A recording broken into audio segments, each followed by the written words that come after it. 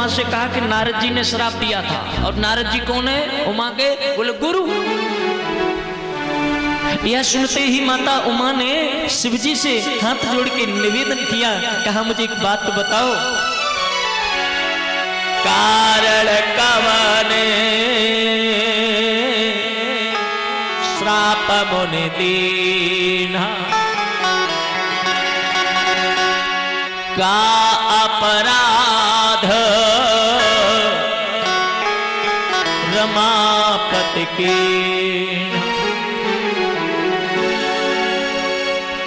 मतलब ऐसा क्या कारण था जो मेरे गुरु ने मेरे परमात्मा को श्राप दिया? का अपराध रमापति के। मेरा प्रभु ने क्या माना, क्या गलती की जो श्राप दिया? बिहिषि महेश। शिव जी मुस्कुराए और मुस्कुरा करके बोले, उमा तुमने अगर ये मुझसे पूछा और भाववश पूछा है तो मैं आपको जरूर बताऊंगा। ये बात नोट कर लो, न कोई ज्ञानी है न कोई मूर्ख है। जिस पर राघव की कृपा हो जाए उससे बड़ा ज्ञानी कोई नहीं है, और जिससे राघव की कृपा हट जाए उससे बड़ा मूर्ख कोई नहीं। तो ये कहे कि मैं ये हूं, मैं इतना बड़ा ज्ञानी हूं, मैं ऐसा हूं, मैं ये बकवास है। नारद जी से बड़ा ज्ञानी कौन होगा? हिमालय पर्वत में एक गुफा थी, उसी के समीप में गंगा जी हैं। सुंदर सा आश्रम देखा तो नारद जी का मन लग गया, आसन लगा के बैठ गए। और ऐसा मन लगा नारद जी का, आंखें हो गई बंद और भाव समाधि लग गई।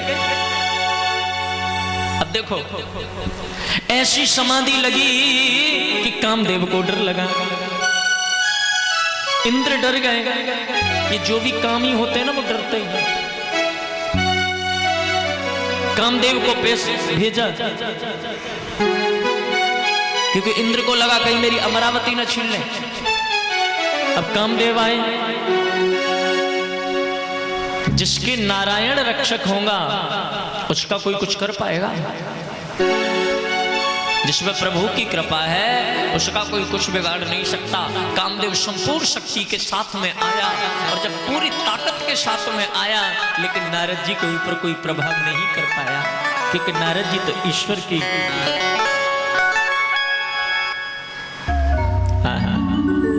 जब ये लौट गया, कामदेव को जीत लिया नारद जी ने, और जो समाधि खुली तो देवताओं ने नया आडंबर रचा। जैसे ही गुफा से बाहर निकले सब जय जयकार करने लगे, बोले नारद जी भगवान की, नारद जी महाराज की जय हो। कोई कहने लगे कामदेव को जीतने वाले की जय हो। मतलब वहां तो सक्सेस हो गए, अब देवता तो देवता, इनके हाथ पे जो आ गया वो बच गया महाराज काम से। जैसे अपने अगर देशों की बात की जाए तो अमेरिका के हाथ पे जो चढ़ गया देवताओं ने चढ़ा दिया। अरे तुम्हारी बात क्या है? अरे महाराज नारद जी आपने तो कामदेव को ही जीत लिया, अब मुस्कुरा के जीत लिया। नारद जी बोले अच्छा। सुन नारद जी एक फिट और चौड़े हो गए, अब तो हम तो कामदेव को जीत लिए, हम किसी से कोई कम थोड़ा ही पड़ते। नारद जी ने कहा मैं सबको बताऊं, तो सीधा सभी को बताते हुए शिव जी के पास में गए, और शिव जी से जाकर के बोले बाबा जी आपको पता है? बोले क्या? बोले मैंने कामदेव को जीत लिया। शिव जी बोले ये बात मुझसे कही है और किसी से तो नहीं कही है, विष्णु जी से तो नहीं कहा है, पिताजी के पास तो नहीं गए अभी? बोले नहीं वहां तो नहीं गया। बोले जाना भी हम तो कहीं रहने देना इसका। नारद जी को लगा ये इसलिए कह रहे हैं कि उन्हें पता चल जाएगा तो इनका स्थान छोटा हो जाएगा, क्योंकि कामदेव को उन्होंने जीता और सेकंड मैंने जीता, इन्होंने क्रोध से जीता, मैंने मुस्कुरा के जीता, तो यही सोच रहे होंगे कहीं मेरा पद नीचो ना है जाए, ये आके मारे मना कर रहे हैं तो मैं क्यों ना बताऊं। ब्रह्मा जी के पास गए और ब्रह्मा जी से पास से सीधा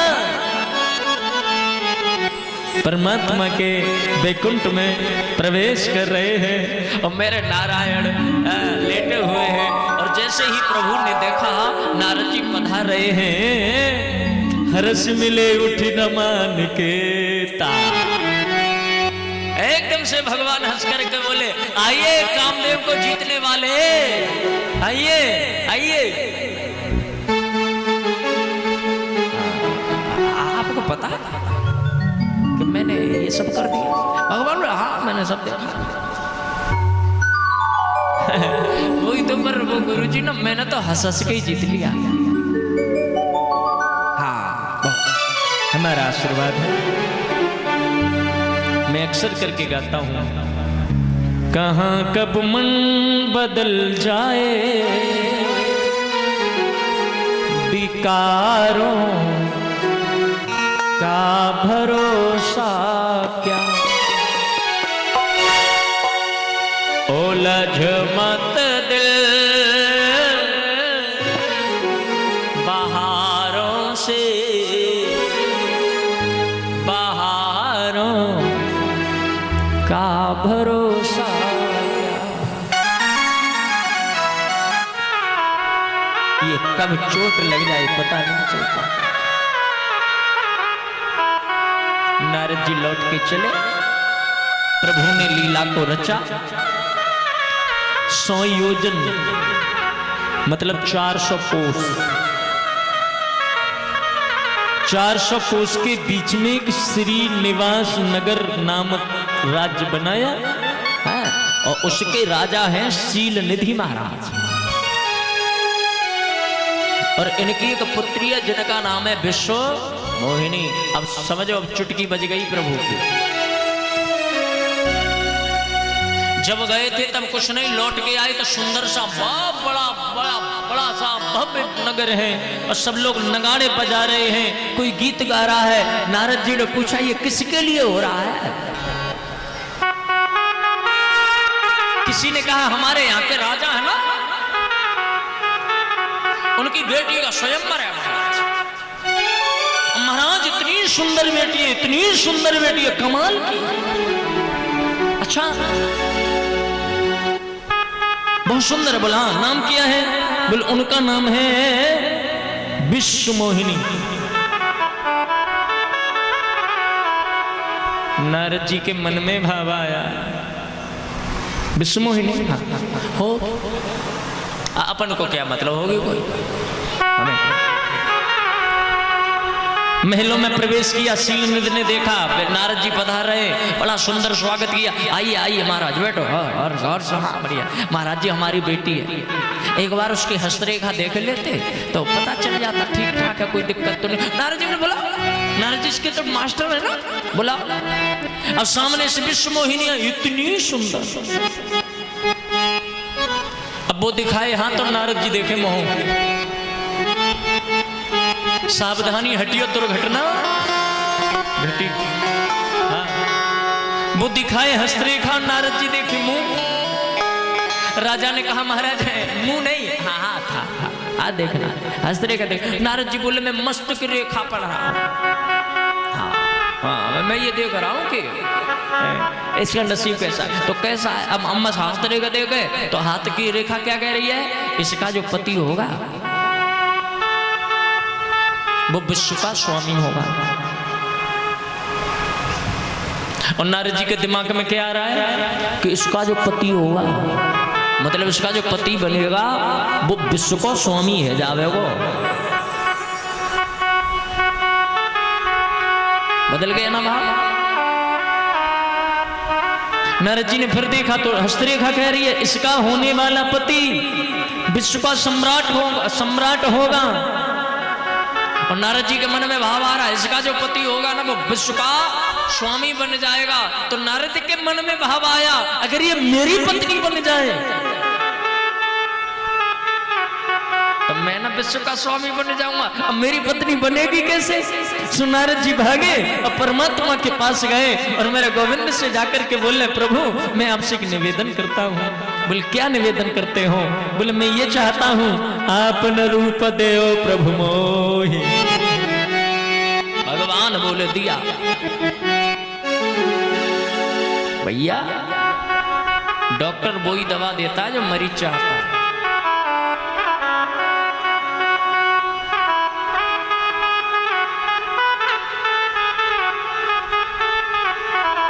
हम जो अक्सर समझाना चाहते हैं वो कोई समझे तब ना। नहीं समझोगे तो चोट तो खाओगे। अच्छा कुछ लोगों को समझाओ उल्टा ही समझते हैं, तो किसी को समझाना चाहिए फिर। मैं आपसे एक निवेदन और करता हूं, समझाने वाले को समझाओ। बोले कब तक समझाओ? आगे भगत जी आई आई। बोले कब तक समझाएं? जब तक वो समझे, और जब वो समझे ना तो क्या करें? होए है सोई जो राम रचेरा। यार जितने लोग बैठे हो मेरी ये बात सीख लो। अगर कोई समझने का इच्छुक है तो उसे समझाओ, और अगर तुम्हारा समझाना उसको उल्टा लगता है तो उसको मत समझाओ। एक आपने वो किस्सा सुना होगा, बहुत पुराना किस्सा है, सुने हुए? वो कोई आदमी ससुराल गया, अपनी ससुराल, अनपढ़ आदमी था। पत्नी ने बड़ी तारीफ कर रखी थी, हमारे बे ऐसे हमारे बे ऐसे। अब ससुराल गया तो सालियां भी आ गई जीजा जी से बतियाने, बात करेंगे।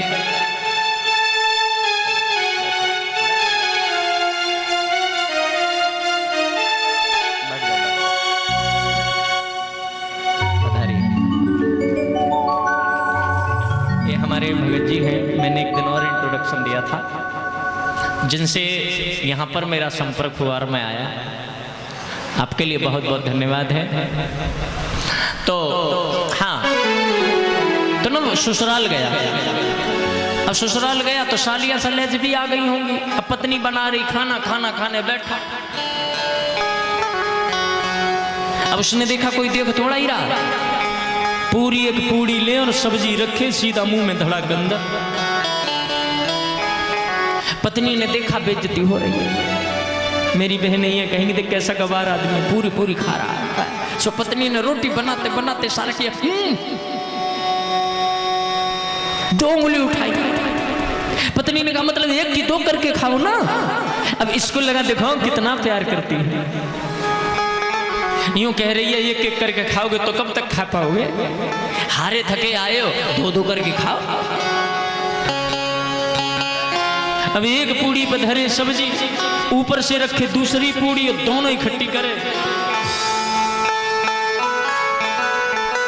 पत्नी ने मारा माथे में हाथ।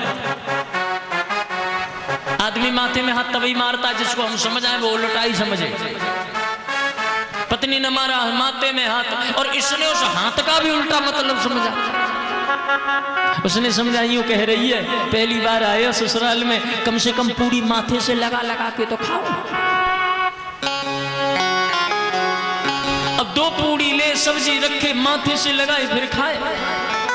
पत्नी ने कहा मर गई मैं तो, इसने बेइज्जती करा। पत्नी ने सोचा इशारा करूं तो कहीं और उल्टा न समझे, सो चिल्ला करके बोली अरे ओ चूल्हे, जैसे पहले जल रहा था वैसे ही अच्छा था। मतलब जैसे पहले था इससे तो वही ठीक था। तो हम समझाए किसको? जो समझना चाहे, और समझने से उल्टा ही समझे तो उसको क्या समझाए? अब परमात्मा नारद जी को समझाते तो समझते, क्योंकि जब घमंड अंदर भरा हो समझ में नहीं आता। हाँ भगवान से अच्छा भाई जो मांगा वही तो देते। नारद जी ने क्या मांगा भगवान से? ये मांगा कि मेरी बुद्धि ठीक हो जाए? नहीं मांगा ना। क्या मांगा? आपन रूप देओ प्रभु मोहि, मुझे हरि रूप दे दो। भगवान बोले दे दिया जाओ। आदरणीय श्री सुखदेव जी महाराज वर्णन करते हैं, राजन नारद जी चले और देखिए प्रभु की लीला। शिव जी भी आ गए आनंद लेने पर और भोलेनाथ ने ना अपने 2 गण भेज दिए साथ में। और जाकर के नारद जी कुर्सी पे बैठे ना, उसके पीछे दोनों गण बैठ गए और एक गण दूसरे से क्या बोला, क्या सुंदर है, देखो भाई क्या कमाल का राजकुमार है। एक बार निगाह पड़ गई, समझ लो शादी इससे होनी है। क्या खूब, अब तो नारद जी और चौड़े होते जा रहे। बोले हमारे इतना सुंदर कौन है, हम तो हैं ही, हम तो हैं ही। विष्णुमोहिनी हाथ में वरमाला लेके आई, नारद जी को लगता है मेरे ही गले में पड़ेगी, परंतु ये तो आगे गई, इसने देखा ही नहीं। नारद जी खड़े, अरे सुनो, अरे सुनो भाई। उसने कहा चुपचाप बैठ जाओ नीचे। आगे जाकर के परमात्मा विष्णु बैठे थे, सो उनके गले में माला।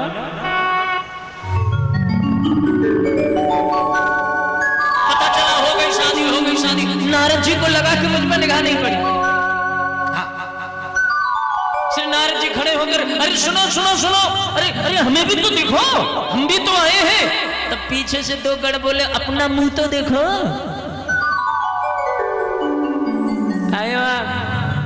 मुंह देखा नहीं, चले आए किसी से घर में, बोलो देखो कैसा मुंह।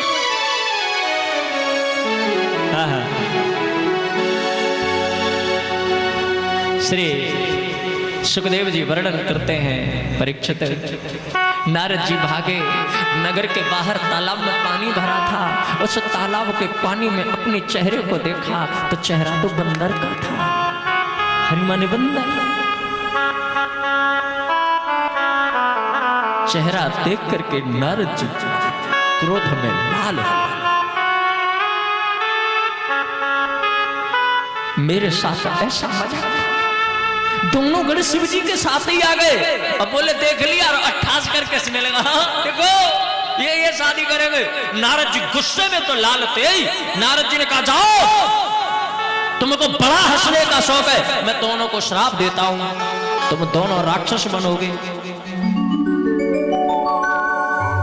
तुम दोनों राक्षस बनोगे, ये मेरा श्राप है। और तब तक परमात्मा विष्णु भी माता परम्बा जगदम्बा है, माता रमा को लेके आ रहे हैं। नारद जी ने घोड़े की लगाम को पकड़ लिया और घोड़े की लगाम पकड़ करके तमतमा करके बोले, तुम्हें अपनी खुशी अच्छी लगी, मेरी खुशी लगी, मेरी खुशी आई तो कलेजे पर सांप लौट गया।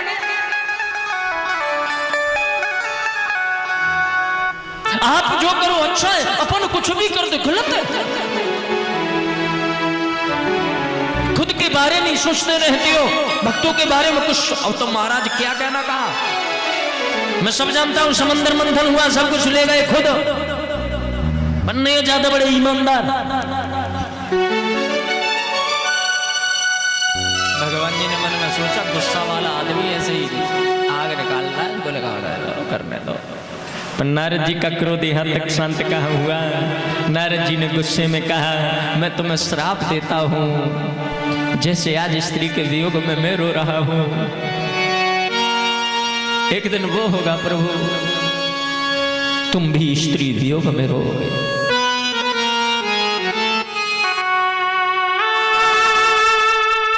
और जब स्त्री वियोग में भटकोगे तो तुम्हें कोई सहारा देने वाला नहीं होगा, सांत्वना देने वाला नहीं होगा। जिस रूप का आपने आज हास्य किया है ना, जिस रूप का तुमने आज मजाक बनाया है ना, एक दिन यही रूप तुम्हारे काम आएगा, यही रूप तुम्हारी मदद करेगा। तो मेरे परमात्मा रस से नीचे उतरे, नारद जी को गले से लगा करके कहा, हो गई गुस्सा सब,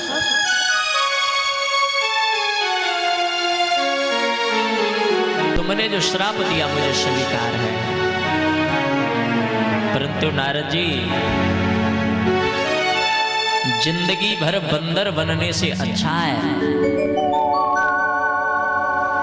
कि 10-5 मिनट को बंदर बन जा। मैं समझा नहीं। बोले जिस रास्ते पर तुम जा रहे थे वो उम्र भर बंदर बनने का मार्ग था। वो तुम्हारा घमंड तोड़ना भी तो जरूरी था। दोनों गढ़ प्रभु के चरणों में गिर गए। दोनों गढ़ों ने कहा प्रभु हमें भी तो श्राप मिल गया है। तब मेरे प्रभु ने कहा श्राप तुम्हें मेरी वजह से मिला है बेटा, आप चिंता न करो। द्वापर में त्रेता में आप दोनों पहुंचना और मैं भी अपनी संपूर्ण शक्ति के साथ आऊंगा और तुम दोनों का आकर के उद्धार करूंगा। बोले राजा रामचंद्र भगवान की जय जय श्री राधे।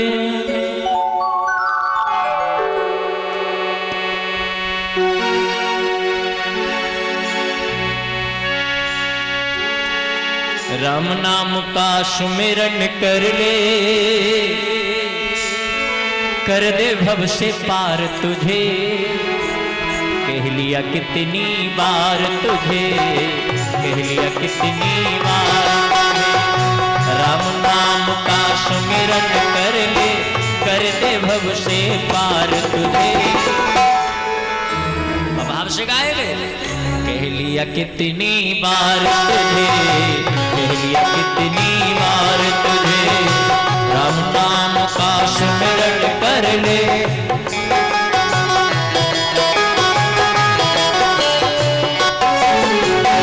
राम नाम का सुमिरन कर ले, कर दे भव से पार तुझे। कह लिया कितनी बार तुझे। नाम का सुमिरन कर ले, कर दे भव से पार तुझे। कह लिया कितनी बार तुझे।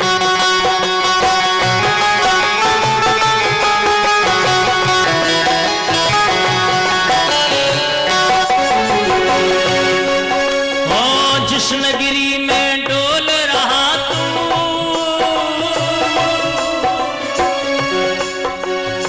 जिस नगरी में डोल रहा तू, ठग चोरों की बस्ती है। लुट जाते हैं बड़े बड़े यहाँ, फिर तेरी क्या हस्ती है, फिर तेरी क्या हस्ती है, फिर तेरी क्या हस्ती है। जिस नगरी में डोल रहा तू, ठग चोरों की बस्ती है। लुट जाते हैं बड़े बड़े यहाँ, फिर तेरी क्या हस्ती है, फिर तेरी क्या हस्ती है, फिर तेरी क्या हस्ती है। जिसको अपना मान रहा तू,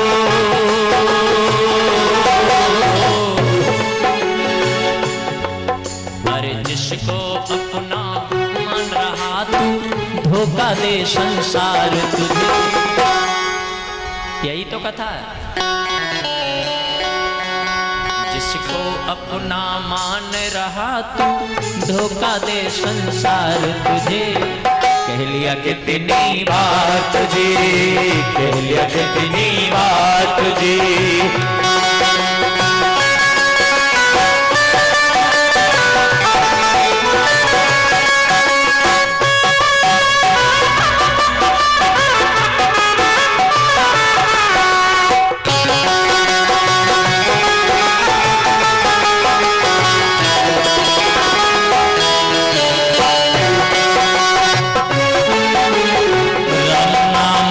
सुमिरन कर ले, कर दे भव से पार तुझे। कह लिया कितनी बार तुझे। मान जाओगे तो ठीक है, और ना मानोगे तो तुम्हारी मर्जी है।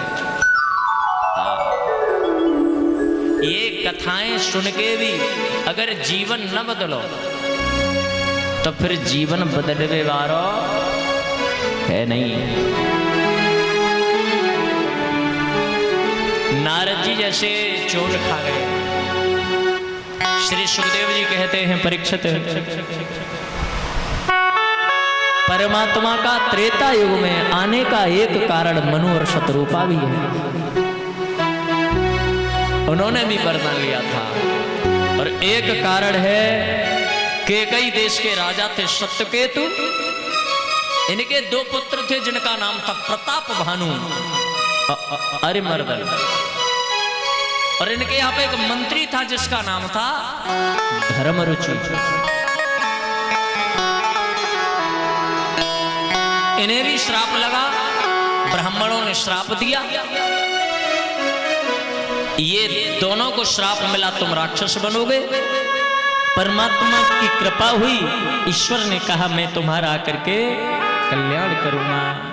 तो एक कारण राम जी के अवतरण का ये भी है। तो अब हम ये तो पता चल गया ना राम जी के अवतरण के कारण क्या है। अब हम मूल कथा पे आते हैं, राम जी का अवतरण हुआ कैसे। तो मैं ज्यादा विस्तार नहीं दूंगा, सूर्य वंश के मुख्य राजाओं का वर्णन करते हुए हम सीधा प्रवेश कर जाएंगे, ठीक है। देखो अब तक कथा सुन रहे हैं, हमारे परीक्षित जी कहाँ हैं? यहाँ पे सवरे ही परीक्षित है। अपने तो पता ही नहीं पड़ते हमारे वाले किधर रहते हैं। हाँ उनका नहीं पता कहाँ है। आज तो ये बोलो राधे राधे। जो लोग प्रतिदिन सुन रहे हैं, मैंने पहले दिन से ही प्रयास किया है कि एक भी वंश न छूटे। तो कलर करवा दिए मान लो क्या।